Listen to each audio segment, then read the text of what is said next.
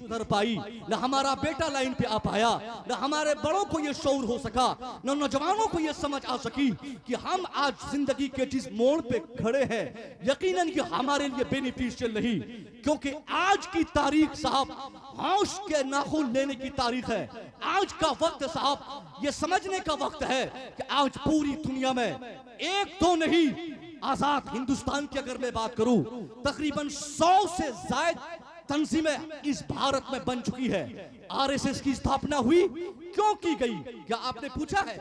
RSS हो, बजरंग दल हो, हिंदू युवावानी हो, या जितनी तंजीमें, जितनी ऑर्गेनाइजेशन और जितनी मूवमेंट उन लोगों ने बनाई, भारत छोड़िए साहब, दुनिया भर की मैं बात कर रहा हूं, दुनिया भर की सारी तंजीम का की बुनियाद का, उसके फाउंडेशन का एक ही मकसद है, मुसलमानों का खात्मा, मुसलमानों की तबाही, मुसलमानों की बर्बादी, मुसलमानों की बच्चों की दिलचस्पी कुरान से, शरीयत से, इस्लाम से कट जाना, हटा देना, मुसलमानों में जहालत आम कर देना।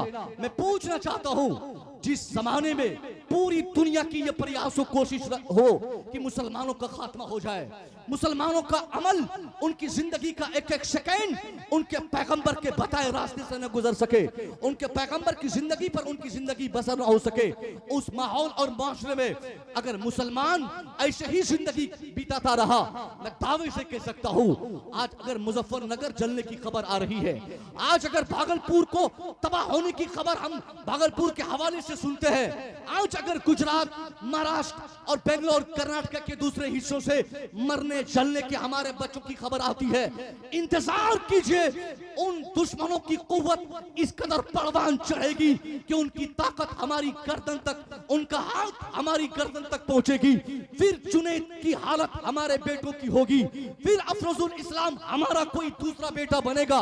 मैं कहना चाहूंगा साहब, इस्लाम का मतलब गोश्त, पुलाव, बिरयानी में अपनी जिंदगी खत्म कर देना, जलसा जाकर अजमत भागलपुरी हो, मुसव्विर मिसबाही हो, मुफ्ती हम्माद रजा मुरादाबादी हो, या कोई शायर खतीब हो, किसी को इंटरटेनमेंट समझकर उनकी तकरीर को, उनकी नात खानी को ऐसे ही सर से बाउंस करके फिर आके घर में बैठ जाना, ये हमारा काम नहीं।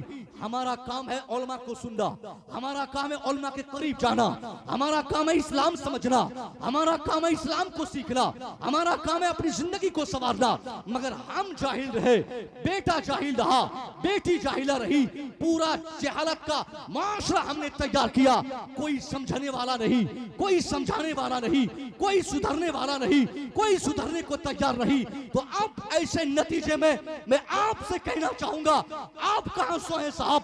तारीख लोगों ने मुकर्रर कर रखी है, एक एक दिन एक एक मस्जिद को शहीद करके उन लोगों का मानना है कि हम फिक्स टाइम पर, वक्त को उन लोगों ने छोड़ दिया, वक्त पर रिजल्ट, वक्त आएगा, आज ये मस्जिद, परसों वो मस्जिद, एक हफ्ते के बाद सामने वाली मस्जिद, 5 साल के बाद सामने वाली मस्जिद, 10 साल के बाद उस चुनाव के मौके से सामने वाली फलाने जिले की मस्जिद को हम टारगेट पे लेंगे।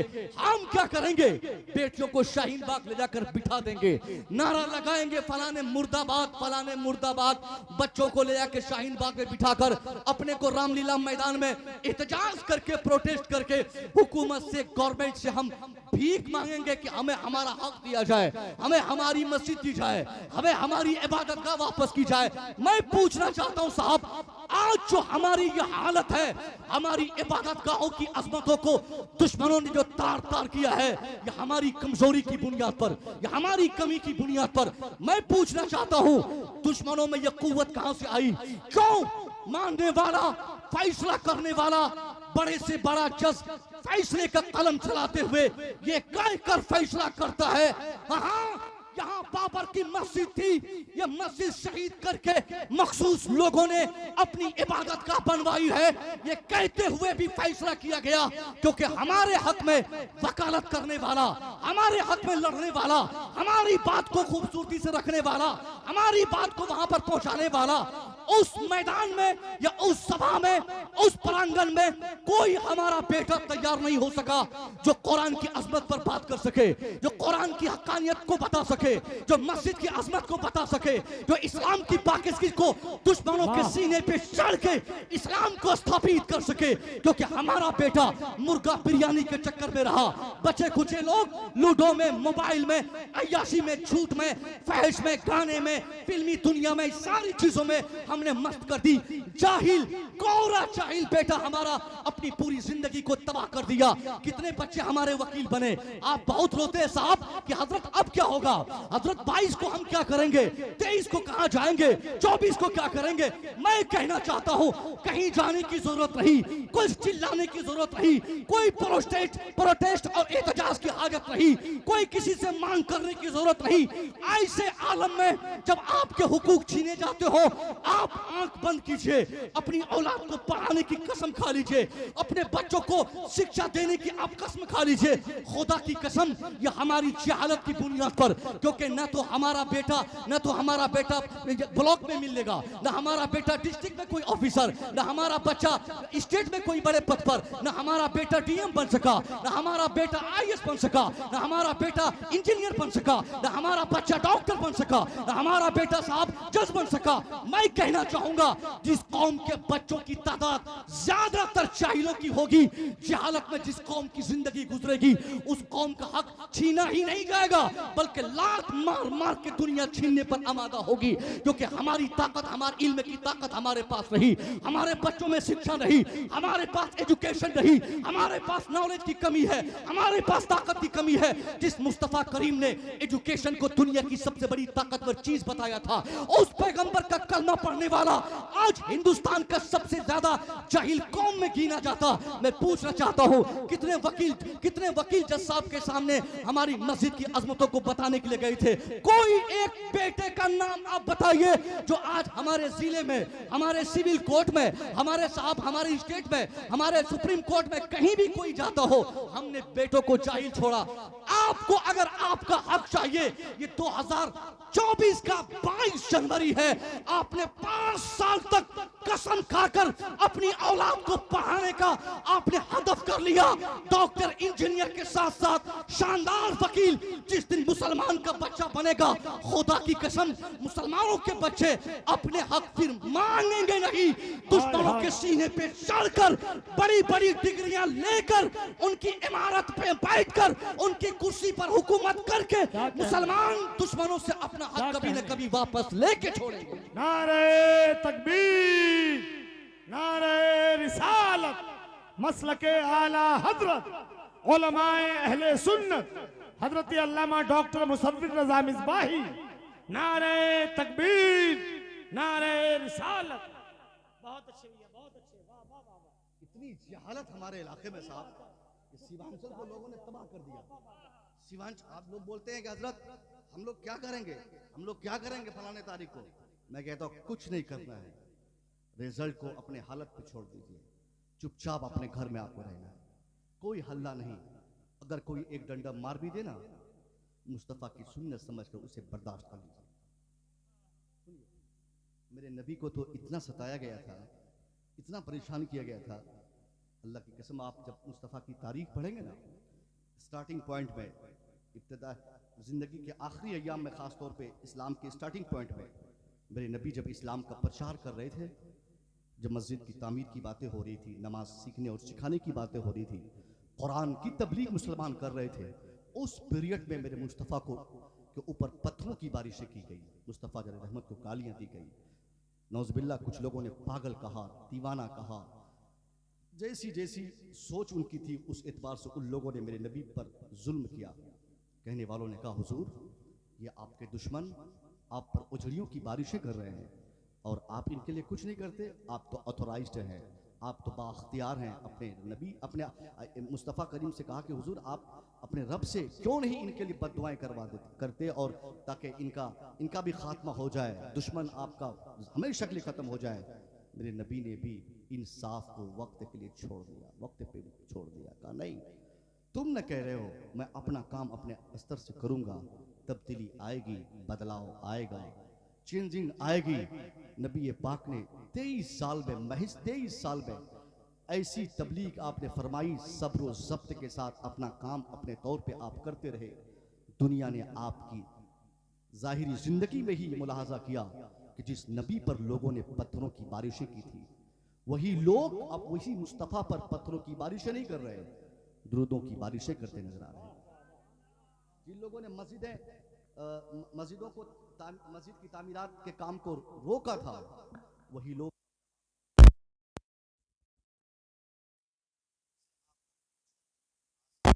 जुमलों में अगर मैं कहूं, आप चुपचाप अपने बच्चों को आप पढ़ाइए, इतना पढ़ाइए, इतना पढ़ाइए कि आपका बेटा आपके इलाके का सबसे बड़ा ऑफिसर बन जाए, सबसे बड़ा एजुकेटेड पर्सन आपका बेटा बने।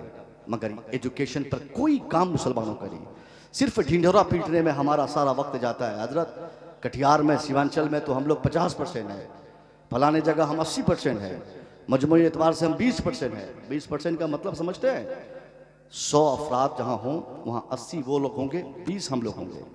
मैं आपसे पूछूंगा, आप अपने ब्लॉक जाइए जो करीब के ब्लॉक हैं, उसी ब्लॉक से आप ढूंढिए उस ब्लॉक के जितने स्टाफ हैं, डीओ साहब हो, सीओ साहब हो, बीडीओ साहब हो, सीआई साहब हो, जो साहब को आप खोज लीजिए, उनमें से कितने % बच्चे आपके हैं जो उस पद पर गामजन है? अरे है साहब, कर्मचारी उनका, वकील उनका, मुंशी उनके, सारे स्टाफ उनके, सब कुछ वही लोग। तो उन लोगों से अपना हक मांगेंगे तो वो लोग हमें अपना हक देंगे? ये हमारी कमजोरी है कि हमने अपने बच्चों को जाहिल छोड़ा। इसी जहालत की बुनियाद पर आज अगर मैं ये कह सकूं कि ये जितनी तबाहकारियां आज हम देख रहे हैं ना, इसका रिस्पॉन्सिबल कोई दूसरा नहीं, हम खुद हैं। हमको तो हम दूसरों को गालियां देते हैं, बुरा भला कहते हैं, फलाना नेता डुबा दिया, फलाना नेता बर्बाद कर दिया, उसने देश बेच लिया, उसने ट्रेन बेच लिया, उसने साहब बनारस बेच लिया, उसने साहब बिहार का बाइना कर लिया। ये सिर्फ हम गालियां देते थकते नहीं। मगर मैं पूछना चाहता हूं, आपको बेचने वाला कोई दूसरा नहीं, आप खुद अपने आप को बेचे हैं। हमने खुद अपने आप की तबाही चाहिए। कुरान कहता है, वमा असाबकुम मिन मुसीबा फबिमा कसबत ऐदीकुम what misfortunes befalls on you it is because your hand has gathered it. Quran कहता है, मुसलमानों, ये तेरी सारी तबाहियां सिर्फ तेरी वजह से है, ये तेरी सारी बर्बादियां तेरी वजह से है। तूने इस्लाम तबाह किया, तूने मुस्तफ़ा के फरमान को घर से निकाला, तूने अपनी दुनिया अलग बनाने की कोशिश की, जिसकी बुनियाद पर ये हालत तेरे सामने नजर आ रही है। ये तेरी हालत हो चुकी है कि आज कहीं भी दुनिया में तेरी इज्जत नहीं है। हमारी बेटियां आज अगर उनकी बात की जाए, हमारे बेटों की बात की जाए, बहुत लोग तो पढ़ाते ही नहीं, और जो लोग पढ़ाने पर आमादा भी हो गए तो वो अपने बच्चों की निगरानी ही नहीं करते। वक्त पे 5000 फीस मांगी, बेटी दे दिया। वक्त पर साइकिल मांगी, बेटी बाप ने खरीद दी। वक्त पर बेटे ने पैसे का डिमांड किया, बाप ने खरीद दिया। बेटा बोला अब्बा मुझे मोबाइल चाहिए, अब्बा दे दिया।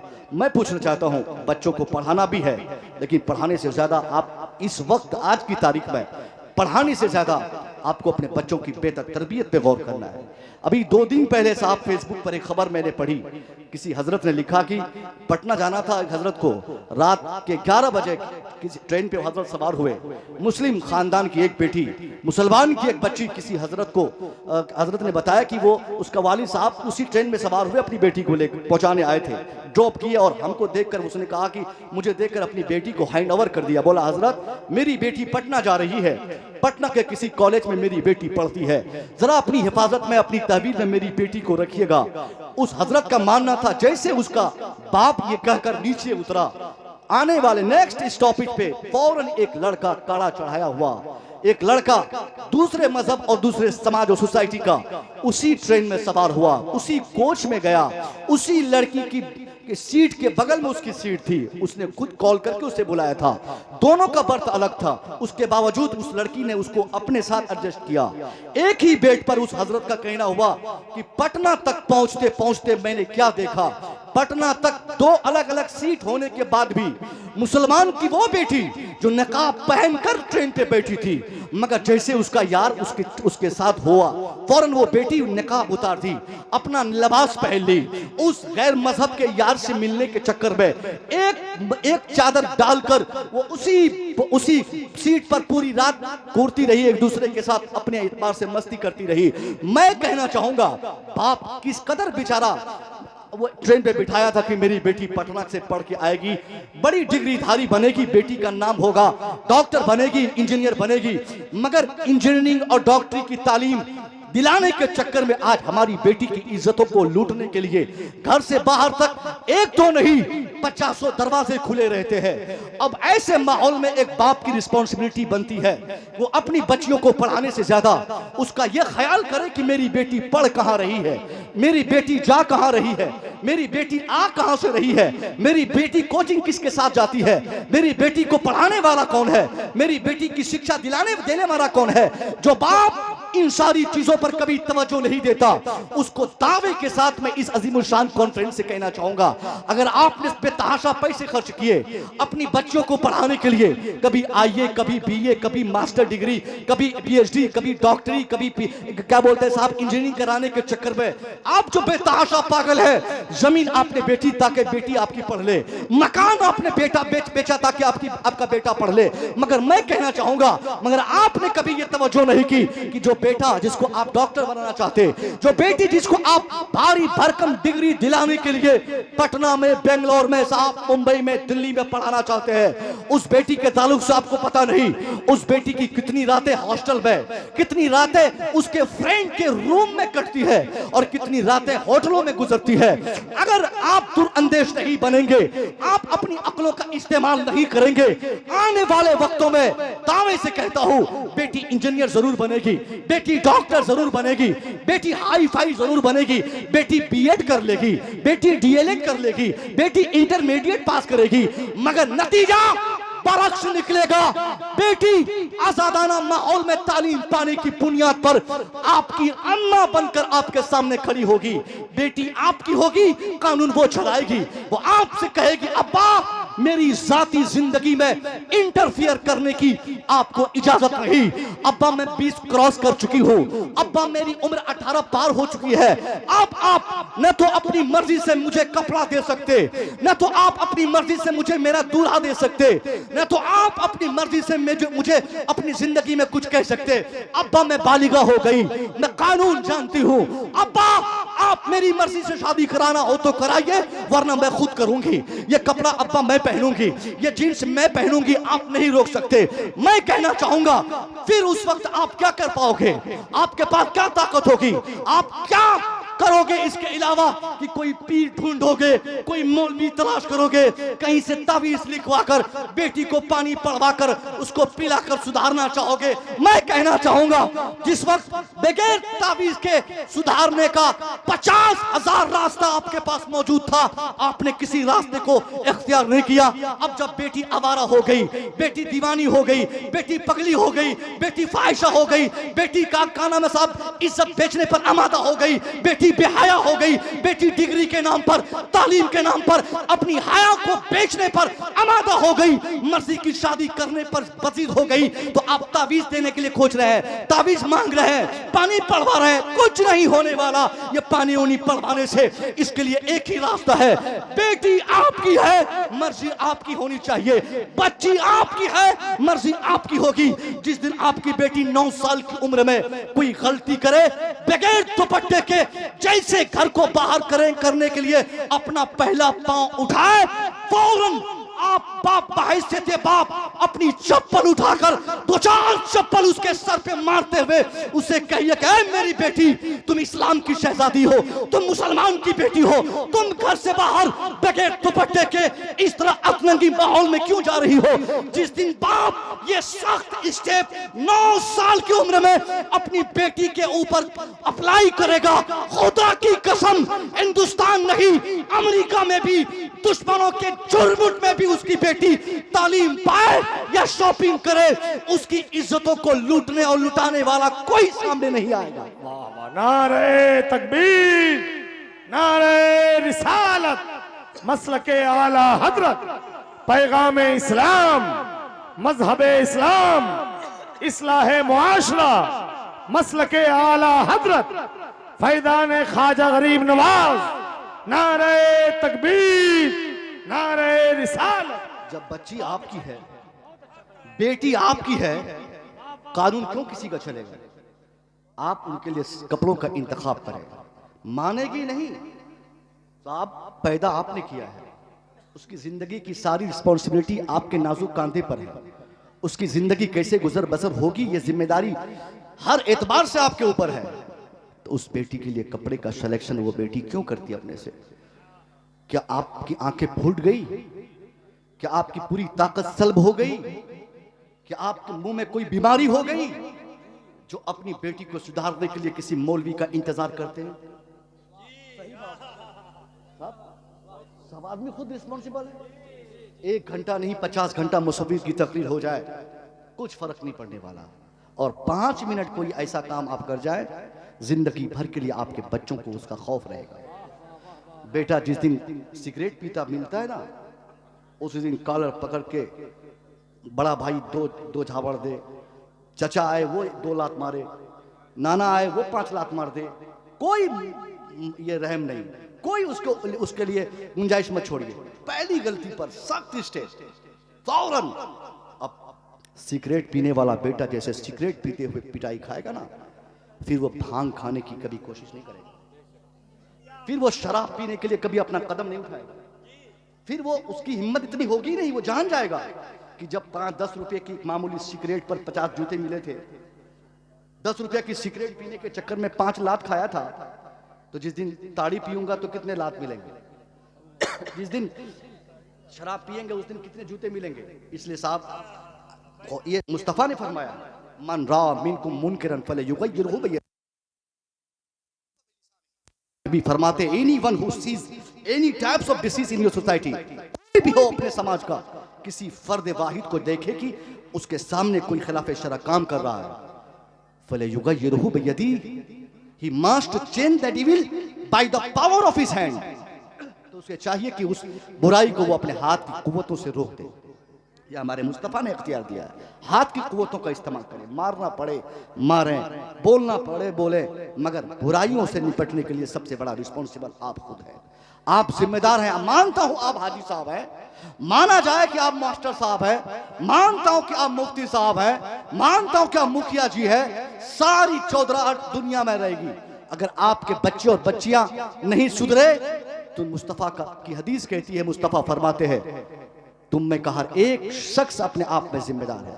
कुल्लुकुम राइन व कुल्लुकुम मस्ऊलन अन रइयतिही, everyone from your society is a monitor. हर एक व्यक्ति तेरे समाज का अपने समाज के लिए निगरान है, मॉनिटर है। बाप अपने बेटों का निगरान, माँ अपनी बेटियों की निगरान, बहन बड़ी बहन छोटी बहन की निगरानी करे, दादा पोतों की निगरानी करे, नवासे की निगरानी करे, यानी जो जिस पद पर बड़ा है वो अपने से छोटों की निगरानी करे। और इस निगरानी का सवाल कल अल्लाह के रसूल फरमाते कि हमारा रब हमसे मैदान मेशर में करेगा। हमने 5 साल नहीं 50 साल अगर मस्जिदों में गुजारे हो, सजदे पे सजदा, नमाज पे नमाज, 50 साल की नमाजों के हजारों सजदों को अल्लाह हमारे चेहरे पर मार देगा अगर हमारी एक बेटी बदतमीज हो जाए उसकी वजह से। एक बेटा अगर अय्याश हो जाए, अल्लाह कहेगा कि बंदा तूने जिंदगी भर नमाज पढ़ने में लगा दी मगर तेरा बेटा अय्याश हो गया, तेरी बेटी पगली हो गई। पगली मतलब वो पगली जो आज हमारे समाज में नजर आती है, वरना ऐसे पागल थोड़ी कोई होते हैं, उनको भी एक जबान में पागल ही कहा जाता है। मैं आपसे कहना चाहूँगा साहब, जलसे से सिर्फ आप ये अपेक्षा और उम्मीद कर सकते हैं कि जलसे में बेदारी का माहौल दिया जाएगा, बाकी बेदार करने का सारा जिम्मा आपके सपुर्द है। हमारी जमात का कोई मौलवी डंडा और लाठी लेकर आपको आपकी बेटी को कलमा, दुरूद, नबी, इस्लाम, शरीयत ये नहीं सिखाएंगे। मौलवी साहब जुमा में बोल दिए, वैसे भी जुमा की तकरीर कौन सुनता है? जुमा की तकरीर आप लोग सुनते हैं? अरे सुनते हैं? अरे साहब सुनते तो आप यहाँ रहते, आप जुमा वाले मुकर्रिर की तो कभी इज्जत ही नहीं होती है। वो गुलाम की तकरीर सुनते हैं, इमाम की थोड़ी सुनते हैं। अपने अपने गुलाम की सुनते होंगे, इमाम की तकरीर सुनते ना। आज जलसों में मुझे कुछ और बोलना था, हजरत ने कहा कि हालात पे बोल दीजिएगा, तो मैंने कहा फिर मुझे ये सब बोलने की जरूरत नहीं पड़ती। आप तो अपने इमाम साहब को अपना गुलाम समझ लिए, नौकर समझ लेते हैं। ये उलमा देख रहे हैं, यही हिंदुस्तान के बादशाह हैं, इनके सर की टोपी इनके ताज की तरह है। ये 10,000 आप इनको देते हैं, 10,000 में भी ये काम मालूम है। मुसव्विर जितना पैसा एक रात में कमाता है, इनमें से बहुत सारे हमारे उलमा ऐसे हैं जिनको कमाने में 5-5 महीने लगते हैं, मगर आपको मुसव्विर चाहिए। इनकी अजमत ही नहीं आपको पता, इनकी मेहनत ही पता नहीं। इनको आप कहिए आजादाना माहौल दीजिए, हजरत खुल के बोलिए, जुमा में खुल के बोलिए, बिल्कुल बादशाह की तरह ट्रीट कीजिए। जिस दिन आपके आइम्मा बाअख्तियार हो जाएं और उनको ये डर ना हो कि आप उनको निकाल देंगे, उस दिन मालूम है पकड़ पकड़ के पीटने का भी इनको हुक्म है। या आपको पीटे भी तो आप नहीं कुछ कह सकते, मगर यहाँ तो तनख्वाह देने में नानी मरती हमारी, 10,000 देने में। मौलवी साहब को सिक्योरिटी साहब इस कदर बॉन्डेड रखते हैं कि मौलवी साहब जुमा में तकरीर हमारे एतबार से हो, सूद पर नहीं बोलेंगे, हाया पर नहीं बोलेंगे, पर्दे पे नहीं बोलेंगे, क्योंकि सिक्योरिटी साहब अक्सर वो बनते हैं जो पैसे वाले होते हैं, और पैसों वालों की इज्जत तो हमेशा लोग करते ही रहते हैं, उनसे डरना, उनकी इज्जत करना। इसलिए मैं कहना चाहूँगा, अगर आपको इन सारी बातों पर नॉलेज चाहिए तो अपने आइम्मा को आप बिल्कुल छोड़ दीजिए। हर जुमा को एक ये मुख्तस और स्पेशल टॉपिक उनके लिए बोलने के लिए हो, खुलकर वो बोले, और सिक्योरिटी साहब को तंबीह करते रहें कि हजरत आप सपोर्ट कीजिए, गांव में कोई शराबी तैयार नहीं होगा, आप मुझे समर्थन दीजिए, गांव में कोई बेहयाई नहीं करेगा, आप मेरा साथ दीजिए, गांव में कोई हमारा बेटा बदतमीजी नहीं करेगा। यकीनन मुसलमानों का गांव भी मुसलमानों के गांव की तरह आगे बढ़ता रहेगा। समझ गए? तो ये 2 पैगामात मैंने दिए। पहला ये कि आपको अपने बच्चों को पढ़ाना है, और पढ़ाने के साथ साथ अपने बच्चों की तरबियत करनी है, उनकी एक्टिविटीज चेक करते रहना है। मैंने एक जलसे में कहा भी था, चूंकि मेरा अपना मुशाहदा था, एक बेड पर बेटी लेटी रहती है, उसी बिस्तर उसी बेड पर उसकी माँ भी सोई है, सेम बेड, सेम तकिया, सेम बेडशीट, सेम चारपाई। रात के 12 बजे तक उसकी बेटी बात करती है गैरों से, 12 बजे तक बतियाती है, मगर माँ को यह हिम्मत नहीं कि वो बेटी का मोबाइल छीन सके, बेटी को कह सके कि बेटी कहाँ बात कर रही है, अभी तेरी शादी नहीं हुई, किनका मिस कॉल आया, ये क्यों तुम मोबाइल चला रही हो? नहीं कह पाती माँ, क्योंकि माँ अपनी बेटी को इसलिए आजाद छोड़ देती कि सामने वाला जो बोल रहा है ना कि शादी करेंगे, कहीं कर ले, का रुमान भाई है कि नहीं, माँ आजाद छोड़ देती।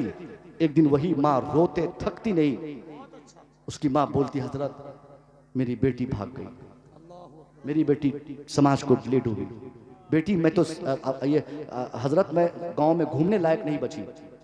अरे साहब, जिस दिन आपको अपनी बेटी को सुधारना था, उस दिन तो एक 15,000 के मोबाइल के चक्कर में आपने अपनी बेटी को छोड़ दिया कि लड़का मोबाइल दिया है, बड़ा अच्छा लड़का है। 15,000 का मोबाइल देकर हमारी बेटियों की इज्जतें लूट ली जाती हैं। उसकी माँ को पता है, अरे मोबाइल कोई छोटी चीज है साहब, 6 महीना तक अगर कोई बेटी मोबाइल रखे तो क्या माँ को नहीं मालूम होगा कि बेटी के पास मोबाइल है? क्या बाप को नहीं नॉलेज है कि बेटी के पास मोबाइल है? माना कि आप नहीं देते हैं, सिम कार्ड किसने दिया, मोबाइल कहां से आया, चार्ज कैसे करती, 24 घंटा वो जिस घर में रहती, घर का कोई फर्द नहीं जानता कि बेटी के पास मोबाइल था। बगैर मोबाइल इस्तेमाल किए, दावा है बगैर मोबाइल इस्तेमाल किए किसी की बेटी भाग ही नहीं सकती। अच्छा पैगाम है, अच्छा पैगाम। उसके पीछे का सबसे बड़ा हथियार भगाने के पीछे जो है ना, कोई टेम्पू गाड़ी, कोई समाज का आदमी नहीं, वो हथियार मोबाइल। क्या आपकी अकलें मार दी गई कि आपको पता नहीं बेटी आपका मोबाइल चला रही है? क्यों नहीं मोबाइल पकड़ा, क्यों नहीं मोबाइल छीना, क्यों नहीं मोबाइल छीनकर अपनी बेटी को उनको उसकी गलती के मुताबिक आपने सजा की? अब भुगतिए, डोम के साथ, दुसात के साथ, एससी के साथ, एसटी के साथ, गैर मुस्लिम के साथ, मुस्लिम ही के साथ। भागने का मतलब चाहे किसके साथ भी भागे, भाग जाना ही समाज की इज्जतों को ले डूबना है।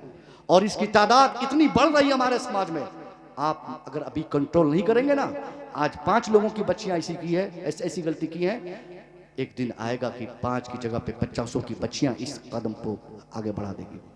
इससे पहले साहब कि हमारा माहौल खराब हो जाए, हम अपनी बेटियों के अंदर इस्लाम पिलाने की उनको कोशिश करें, इस्लाम समझाने की कोशिश करें, उनकी तालीम हम इस कदर रखें। जहां तक तालीम का सवाल है, इस्लाम ने पढ़ना हमारे लिए जरूरी करार दिया है, मगर तालीम ऐसी हो जिससे हमारी बेटियों को हया समझ में आए, जिससे हमारी बच्चों को इस्लाम समझ में आए, जिससे हमारी बच्चों को इस्लाम का कानून समझ में आए।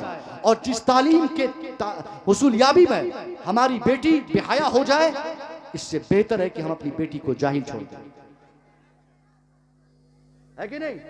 अभी वो एग्जाम हुआ है बीपीएससी वाला बिहार में, 2 बार हुआ ना। हमारी कुछ बच्चियों को कामयाबियां मिली, कुछ बच्चियां पास हो गई। अब कुछ बच्चियां पास हो गई तो कुछ की जो नहीं हो पाई, कुछ बच्चियां पास। अब उनके माँ बाप चाहते कि जल्दी से इनको भी बीएड करवा दिया जाए, जल्दी से नौकरी इनको भी मिल जाए। ये मैं उन पर तनकीद नहीं कर रहा हूं जिनके घर की बच्चियां सर्विस कर रही है। सर्विस करना, तजारत करना, तालीम पाना कहीं से भी मना नहीं इस्लाम में, मगर इन सारी चीजों का मेयार और म्याद पर्दे पे हो तब। मगर जो आज हालात है ये बता रहे हैं कि आज पर्दा चाहकर भी आप नहीं करवा पाएंगे। अगर हमारी बच्चियां घर से बाहर चाहे पढ़ने जाए या पढ़ाने जाए, 100%, मैं भी स्कूल का एक छोटा सा मास्टर हूं, 100% अगर आप उसको जाल में बंद करके, डब्बा में पैक करके, स्टेबलाइजर में बंद करके अगर उसको आप लेके जाएंगे ना, ये पिन मार के, उसके बावजूद आपकी बेटी को तो पढ़ाने जाना ही है, उसको लिफ्ट लेना ही है, उसको गैर महरम से बातें करनी है। इसलिए साहब हाथ जोड़ के कहता हूं, चंद पैसे कमाने के चक्कर में अपनी बेटी की करोड़ों की इज्जतों को आप दांव पे कभी मत लगाएं। और जिनको यकीन है कि कभी गलत नहीं हो सकता, उनके लिए इजाजत है, बिल्कुल इजाजत है। सैयदा खदीजा उस वक्त अरब में सबसे मजबूत तजारत आप ही की थी, सबसे मजबूत तजारत आप ही की थी। न तो तजारत में मना है, न तालीम में मना है, न मुलाजमत में मनाही है। सारी चीजों के पीछे हया और इस्लाम और कानून इस्लाम को आप पेशे निगाह रखें। जब तक इस पर अमल नहीं हो तो आप अपनी बेटियों के लिए ऐसी तालीम, ऐसी मुलाजमत को हराम समझे जिससे उसकी इज्जत को दाग लगने का अंदेशा आपको। हमारे लिए करोड़पति बनना जरूरी नहीं है। कितने पैसे हमारी बेटियां कमा के देंगी? पूरी जिंदगी अगर 18 साल की उम्र में अगर हमारी बच्ची को नौकरी मिल जाए, 60 साल तक, तकरीबन 42 साल तक अगर हमारी बच्ची नौकरी करेगी, कितना कमाएगी? 2 करोड़, 4 करोड़, 5 करोड़। 5 करोड़ कमाने से क्या हम टाटा बन जाएंगे, बिरला हो जाएंगे? जिंदगी में पैसों की भूख इंसान की कभी कम नहीं होती। बेहतर यह कि अपनी बच्ची को झुप्पड़पट्टी में रखें, अपने बेटों को ऐसा अदब दे और ऐसी तालीम दे। उसके लिए मकान, दुकान, पैसा इकट्ठा करना, ये सारी चीजें कुछ नहीं। उनको अगर आप फूस का मकान में भी रहकर अच्छा इंसान अगर आप बनाकर चले जाएंगे दुनिया से, आप मर भी जाएंगे ना, आप अपनी कब्र से रूहानी तौर पर अपनी बेटी और अपने बेटे को मुलाहाजा करेंगे कि जिस बेटी के लिए आपने, जिस बेटों के लिए आपने अच्छी तालीम और बेहतर तरबियत का आपने दुनिया में इंतजाम किया था, तालीम और तरबियत की बुनियाद पर फूस और टीन के मकान में भी आपके वो बच्चे इज्जत कमा रहे हैं।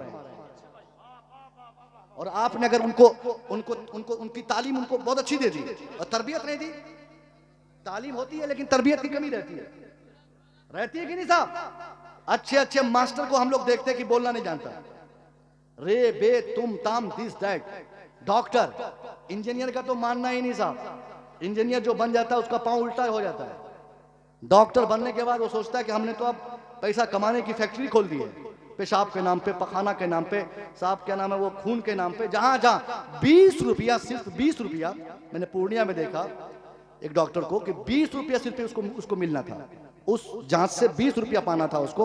उस 20 रुपया की हुसूलियाबी के चक्कर में उसने 1000 की जांच को लाजिम कर दिया, 20 रुपया कमाने के चक्कर में।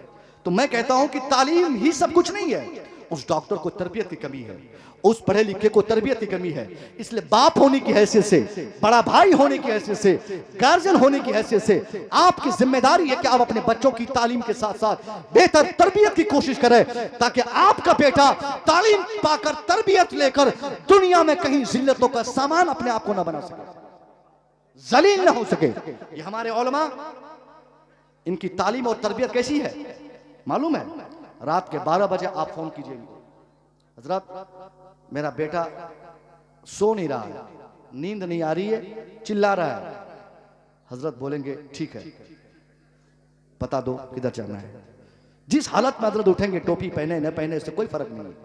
आपके घर जाना हो तो घर जाएंगे, जहां जाना हो वहां जाएंगे, कुरान पाक की आयतें पढ़कर दम करेंगे, घर जाएंगे। मगर ऐसी तरबियत इनकी है कि ये समाज की हमदर्दी को समझते हैं, समाज की जरूरतों को महसूस करते हैं, समाज की जरूरतों के एतबार से ये अपनी जिंदगी और अपनी जरूरियात को सामने रखते हैं। मगर आपने इनको कभी इज्जत की निगाहों से नहीं देखा, आपने कभी इनकी इज्जत नहीं की। इसी वजह से आपके बच्चे पढ़ नहीं पाते, इसलिए आप अपने बच्चों को पढ़ा नहीं पाते, क्योंकि आपके दिमाग में एक भूत सवार है पैसा कमाने का, डॉक्टर बनाने का, इंजीनियर बनाने का, क्या बहुत बड़ा डॉक्टर बनाकर खूब पैसा लूटने का। इसलिए न तो आप आलिम बन सके, न आपका बेटा बन सका, न आपका बेटा हाफिज बन सका। इसलिए मैं कहना चाहूंगा साहब, आपके दिमाग में जो भूत सवार है पैसा कमाने का, अगर इस नीयत से आप अपने बेटे को पढ़ा रहे हैं तो पैसा कमाने वाला बेटा कभी भी आपका अपना बेटा नहीं बन पाएगा, कभी भी वो आपके साथ बेहतर ट्रीट नहीं कर पाएगा, कभी वो अपने बाप की इज्जत नहीं कर पाएगा। जो बाप अपने बेटे को पैसा कमाने की मशीन समझता है, जो बाप अपने बेटे को तरबियत किए बगैर, तरबियत की तालीम दिए बगैर सिर्फ पैसा कमाने की तालीम दिलाता है, वो बाप इंतजार करे कि आने वाले वक्तों में उसका बेटा पटना का डॉक्टर जरूर बनेगा, मगर उसका बाप पटना में नहीं रहेगा, बल्कि बाप उसका यही सिकोरना में रहेगा, बेटा पटना में फ्लैट लेके रहेगा, उसकी बहू पटना में रहेगी, बेटा यहाँ चिल्लाएगा। 5-5 घंटे तक आज हमारे बुजुर्गों को देखा जाता, 10-10 घंटे तक हमारे बुजुर्ग एक ही बेड पर लेटे हैं, पेशाब पर लेटे हैं, उसको उठाने वाला कोई नहीं, उसकी करवटें बदलने वाला कोई नहीं, उसकी चादर बदलने वाला कोई नहीं, उनका बिस्तर चेंज करने वाला कोई नहीं। कहां गई वो धमकी, कहां गया वो शौक, कहां गई वो बड़ी बड़ी बातें, कहां गया वो गुरूर, कहां गया वो तकब्बुर। बाप ने कहा था अब हजरत मेरा बेटा एक बार इंजीनियर बनेगा ना, फिर मस्ती की जिंदगी मेरी हो जाएगी, मगर बेटा इंजीनियर बनकर बेंगलोर में रहता है, बेटा डॉक्टर बनकर दिल्ली में रहता है, बेटा अमेरिका चला गया, मगर बाप आज उसकी बेडशीट चेंज करने वाला कोई नहीं। खुदा की कसम, अगर उस बाप की ये तमन्ना है कि बुढ़ापे में मेरा बेटा मुझे सीनों से लगा के रखे, तो इसके लिए जरूरी यह है डॉक्टर बनाने से पहले बेटों को इंसान बना दिया जाए, डॉक्टर बनाने से पहले बेटों को इंसानियत की तालीम दी जाए, इंजीनियरिंग की तालीम दिलाने से पहले बेटों को आदमियत की तालीम दी जाए, ताकि हमारा बेटा आने वाले वक्तों में डॉक्टर इंजीनियर बनकर पटना में अय्याशी की जिंदगी ना गुजारे, बल्कि सिकोरना में बुढ़ापे की हालत में अपने बूढ़े बाप को सीनों से लगाकर जिंदगी गुजारे। नारे तकबीर, नारे रिसालत, उलमाए अहले सुन्नत, मसलके आला हजरत, नारे तकबीर, नारे रिसालत। सुभान अल्लाह, सुभान अल्लाह, वाह वाह वाह वाह। बात समझ में आ रही है? हमने अपने वालिदैन को एक बात और बताऊं, मेरी बातों का सेंस ये नहीं साहब कि आप अपने बच्चों को, या जो लोग अपने बच्चों को नहीं पढ़ा सके उसके बेटों को मैं छूट दे दूं कि अपने बाप को जो कह रहा हूं कह दो, ऐसा नहीं। ए बाबू सुन, मोबाइल रख, यूट्यूबर बहुत पड़े हुए हैं, देखो बंगाल से वो ये मालदा से आ गए हैं, मालदा से, मुर्शिदाबाद इलाके से, आयरन इलाके से ये लोग आए हुए हैं। बाप रे, उतनी दूर से लोग रिकॉर्ड करने आए हुए हैं, इनका चैनल अपना चलता है, उसके बाद भी आप मोबाइल, छोटा सा मोबाइल है, क्या कीजिएगा, ये बड़ा कैमरा है यहाँ पे। हाँ सुनो, बाप को अगर गाली देते हो ना, धमकी देते हो बाप को, अगर बाप किसी को कहते कि बेटा पढ़ने बैठ जाओ, सिर्फ इतना कहते बच्चों को, छोटे छोटे बच्चों को, बेटा आंखें दिखाता है, खाली पढ़ने पढ़ने कहते हैं, और जब बड़ा हो जाता है उसका बेटा 3 साल दिल्ली में रहेगा, 5 साल सऊदीया में रहेगा।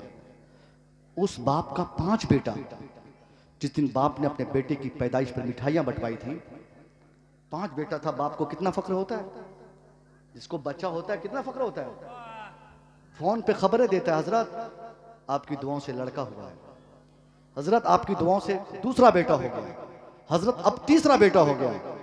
5-5 बेटे वाले बाप को भी हमने आज इस जमाने में रोते देखा है। 5 बेटा यार कम नहीं है, जिसके 5 बेटे हैं वो बाप को कभी तकलीफ हो, ये समझने वाली बात है, ये सोचने वाली बात है कि 5 बेटा उसने पैदा किया, उसकी तालीम तरबियत का जिम्मा उसने लिया, जमीन बेची, मकान बेचा, पढ़ाया लिखाया, उसको किसी लायक बनाया, और आज बाहर बेटा घूम रहा है, बाप यहां पे पेशाब पे लेटा हुआ है, उठाने वाला तक नहीं, और उम्मीद करता है कि बहू सेवा करे। अरे बहू तो गैर की बेटी है ना, दूसरे की बच्ची है ना, वो दूसरे की बच्ची से आप क्या उम्मीद करेंगे, वो नौकरानी है आपकी। जब आपका बेटा आपका साथ नहीं देता तो दूसरे की बेटी से आप क्या अपेक्षा करते हैं? क्या आपका पखाना साफ करे? नहीं करेगी साहब वो आपका पखाना। क्या कर लेंगे आप? शरीयत ने उनको इसका हुक्म, इसके लिए पाबंद भी नहीं बनाया। शरीयत का कानून सुनिए, जिंदगी में कभी भी किसी की बहू, सुनिए गौर से, फतवा दे रहा हूं मैं, या आप लोग की जबान में बोल रहा हूं, जिंदगी में कभी भी किसी की बहू किसी सास को या किसी ससुर को कभी एक गिलास पानी तक न दे, कभी भी न दे, तो शरई एतबार से उस बहू की कोई गिरफ्त नहीं है, कोई पकड़ नहीं। यह और बात है, जन्नती बहू की आदत होती है बगैर किसी शरई प्रेशर के वो बहू अपने सास की खिदमत करती है, जन्नती बहू की पहचान है। अपने ससुर की इज्जत करती है, जन्नती बहू की पहचान है। मगर शरई एतबार से उसकी कोई गिरफ्त नहीं है। क्यों नहीं है? क्योंकि अगर ससुर को 5 बीघा जमीन है तो क्या कट्टा जमीन का हिस्सा उसकी बहू को मिलता है? कुछ मिलता है? अरे बहू को आपके पैसों में से कोई हिस्सा है? नहीं है। जब आपके पैसों में हिस्सा उसका नहीं, आपकी दौलतों में उनका शेयर नहीं, तो आप उनकी जिंदगी में आपका कौन सा हिस्सा है?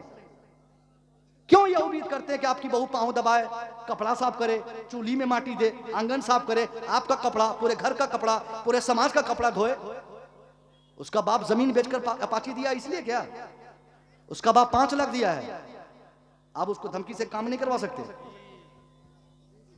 आपने उसके घर तबाह किए हैं। उसका बाप 5 साल से दिल्ली में उसकी बेटी की शादी कराने के लिए जिंदगी गुजार दिया, तब जाके बेटी की शादी कराया है। अब वो बेटी जैसा कहेगी वो लड़की, वैसा आपको करना पड़ेगा। अगर आप चाहते हैं कि उस बेटी से काम लिया जाए तो आंख बंद करके पहले अपने बेटों को शादी कराने का हौसला अपने दिल में पालिए, बगैर किसी ये क्या बोलते कि पैसे के, जहेज के, बगैर किसी लालच के बेलौस अपने बच्चों की शादी कराने का जब तक आप इसकी आदत नहीं डालेंगे, कभी भी आपका बेटा तरक्की, कभी भी आपकी बहू आपकी बात नहीं मानेगी। नारे तकबीर। हजरात मोहतरम देखें, खतीब अहले सुन्नत, माहिर वेदो पुराण, चतुर्वेदीय महान हजरत अल्लामा मौलाना मुफ्ती फिदाउल कादरी नईमी साहब क़िबला मदज़िल्लहुल आली व नूरानी गोपालगंज बिहार से आपके करीब आए। आइए मोहब्बत के साथ सारा मजमा इस्तकबाल कर दीजिए। हमारे उलमा खड़े होकर इस्तकबाल करें, आप बैठे रहें।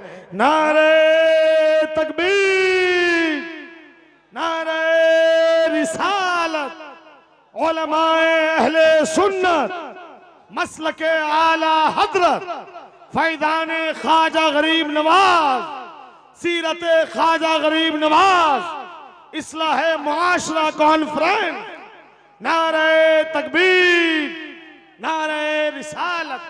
माशाअल्लाह, बहुत बहुत मुबारकबाद। हमारे सिवान से मुफ्ती फिदाउल कादरी साहब बड़े अच्छे खतीब हैं और बड़े पढ़े लिखे हैं। चूँकि अभी बीपीएससी जैसा एग्ज़ाम ये माजूर भी हैं, उसके बावजूद ये कितनी मेहनत किए और कितना नॉलेज इनको है कि बीपीएससी जैसे एग्ज़ाम को यूनिवर्सिटी के प्रांगण में रहने वाले लोग पास नहीं कर सके, और बेहमदी ताला उसको पास करके अभी अल्लाह ने इनको सर्विस भी दिला दी।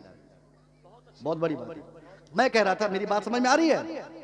अगर आपको बहू से मोहब्बत चाहिए ना, उसके साथ पहले बेटी का बर्ताव करना पड़ेगा, उसको अपनी बेटी बनाना पड़ेगा। बहू से काम लेना हो, उनको बेटी समझिए, बेटी की तरह ट्रीट कीजिए। उनको खादिमा और गुलाम जिस दिन आप समझने लगिएगा, कोई बेवकूफ इस दुनिया में नहीं है जिसका बाप अपनी जमीन बेचकर अपनी बेटी की शादी कराया है। उसकी बेटी को तो तिनका भर भी तकलीफ अगर उसके घर में होगी तो जाहिर सी बात है वो लड़की नाराज होगी, तो आपका पूरा घर जहन्नम का माहौल में तब्दील हो जाएगा, क्योंकि उसके बाप ने भारी भरकम कीमतें चुकाई है। आपको अगर खुशहाली चाहिए तो पहले फ्री में लड़की तलाश कीजिए कि मुझे एक ऐसी लड़की अपने बच्चे के लिए चाहिए, लड़के के लिए चाहिए, जो लड़की पाबंद शरअ हो, जिस लड़की को नमाज पढ़ने की आदत हो, जो लड़की कलमा जानती हो, जो दुरूद पढ़ने की जो प्रोहिबिटेड नहीं हो, जो आदी हो, जो हमेशा दुरूद पढ़ती हो। ये सोच और देखकर जब आप अपने बेटे की आप शादी कराएंगे, मैं दावे से कह सकता हूं बेटी कभी भी आकर आपके घर में हुकूमत नहीं करेगी, कभी हुकूमत नहीं करेगी। मगर ये नहीं देखते। मेरी बात तवील हो जाए, आखिरी जुमला उन लड़कों के लिए, मेरे बच्चों, आपकी बीवी कितने दिनों तक आपके बाप की इज्जत करेगी, ये आपकी जिम्मेदारी है। छोड़ो यार, दिल्ली में रहना 5 साल नहीं रहेंगे, दिल्ली 2 साल बाहर नहीं रहेंगे, कम से कम बुढ़ापे के अय्याम में अपने बूढ़े बाप की दुआएं तो मिल जाएगी। अरे बूढ़े बाप की दुआ मिलना दुनिया की सबसे बड़ी दौलत है यार। बूढ़े बाप की ना, कि बाप की, चाहे बुढ़ापे में हो या जवानी में हो, बाप की दुआ लेना यह सबसे बड़ी दौलत आपके लिए है। मगर हम नहीं लेते।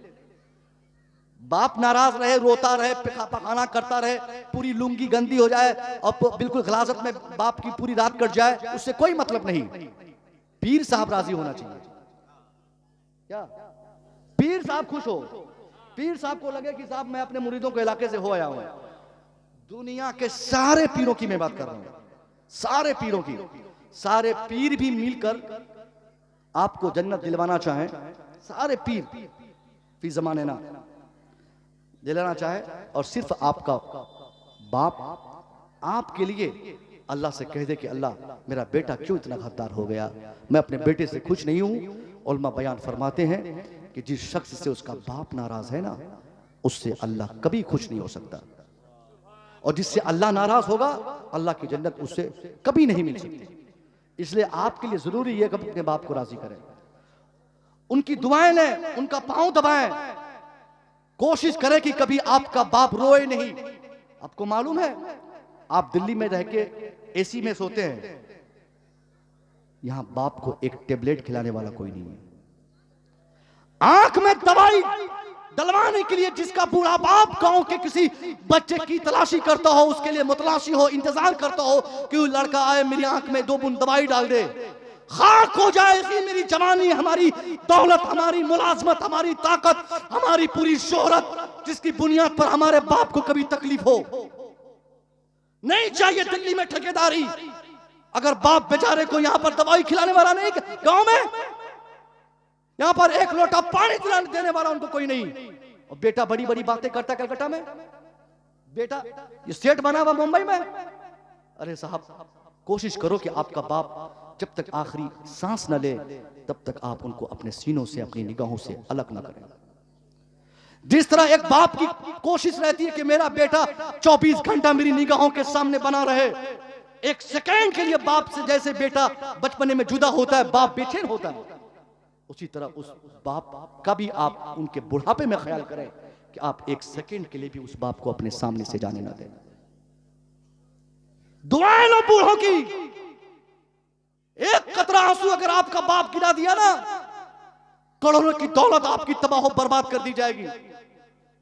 ये जो जिंदगी भर की हमारी हरियाली खत्म हुई, बड़ी बड़ी कंपनी का मालिक हुए, बड़ी नौकरी मिली, बड़ी मुलाजमत मिली, बावजूद इसके जो आज हम लोग खुश नहीं नजर आते, इसकी वजह एक यही रहती कि हमारे वालिदैन हमसे खुश नहीं है। बहुत ज्यादा पैसा कमा लेना खुशहाली के लिए जरूरी नहीं है।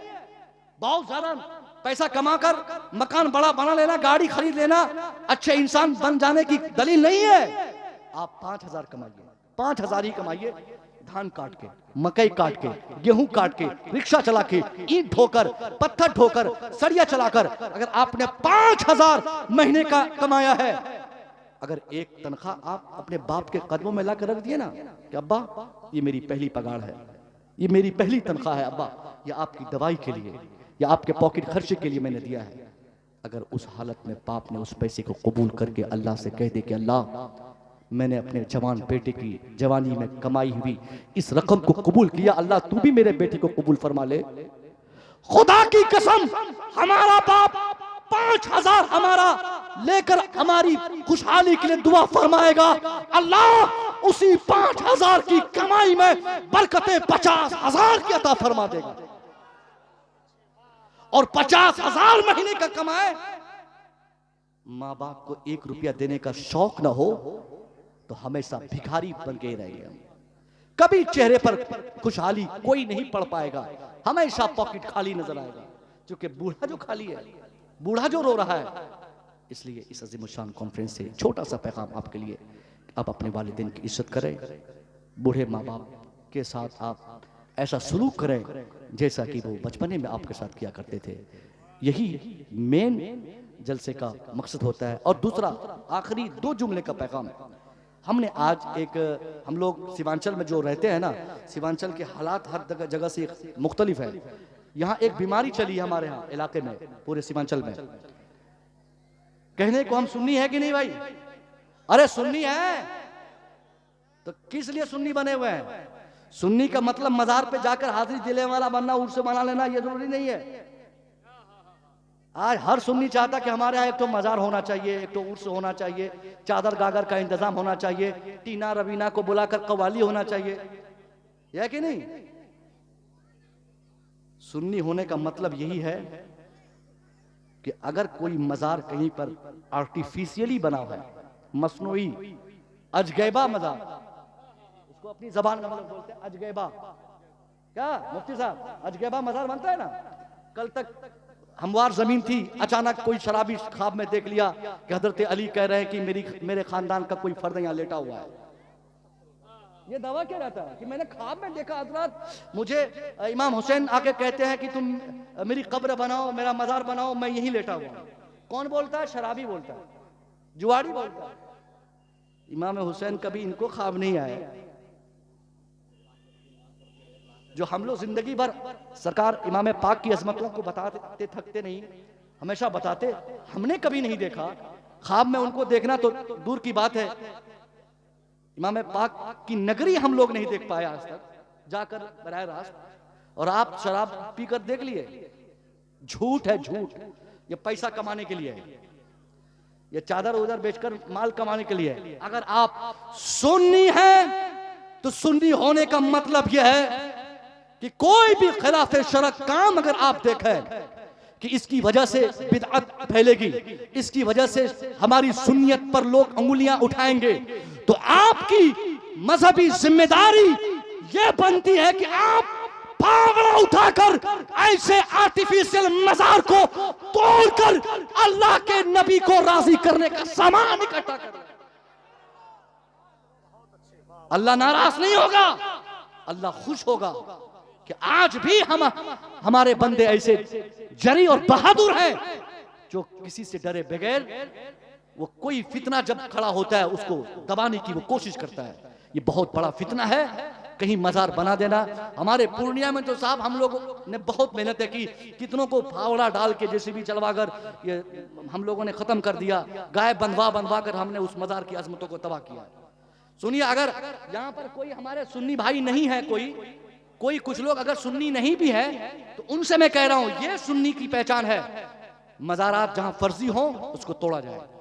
आप लोग बोलते हैं कि सुन्नी कब्र पुजवा है, कुछ लोग कहते हैं नहीं, मेरे इमाम सरकार आला हजरत फरमाते हैं मजार पर जाने के जो आदाब उन्होंने बताए, ये सुन्नियत की मेन पहचान है कि मजार पर किसी औलिया सालिहीन के मजारात पर जब हम जाएं तो अदब से हम खड़े हो जाएं और इतनी दूर खड़े रहे जितनी दूर हम दुनिया में उनकी इज्जत से हम खड़े रहते थे। ये चुम्मा चाटी, माथा रगड़ना, पीटना, ये सब कहीं जायज नहीं है। मैं दुआ करूंगा मौला तबारक तआला आपको हमको ये समझ अता फरमाए, सुन्नी सही अकीदा, सीधा सादा सिंपल मुसलमान बनकर जिंदगी गुजारने के अल्लाह तौफीक मरहमत फरमाए। अस्तगफिरुल्लाह रब्बी मिन कुल्ली ज़ंबि व अतूबु इलैह। अस्सलामु अलैकुम।